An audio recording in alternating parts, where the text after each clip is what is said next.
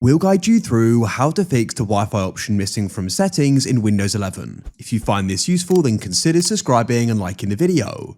You can see that it's not showing here. This is annoying as we then can't go and connect and use the internet, so you've got some different fixes you can try. First of all, in Network and Internet, scroll down and press Advanced Network Settings. In your network adapters, make sure it's enabled if you can see it here. You can go and press Enable to the right, go and see if that then goes and solves the problem. If it doesn't, then the next thing you want to do, if you can see it here, is go and click on it to expand it. Scroll down and press Edit in Adapter Options. Press on Configure in the top right, and what you need to do is go into Driver and go and press Update Driver. You can do an automatic search. If there's an update available, it will be done. If you're finding that it's missing from this list or still not working, scroll down to Network Reset. What we can do is do a reset, and this will go and remove and reinstall all the adapters, hopefully solving the problem. If that still doesn't work, then what you need to do is go and tap and hold on the power button on your computer physically and do that for 30 seconds.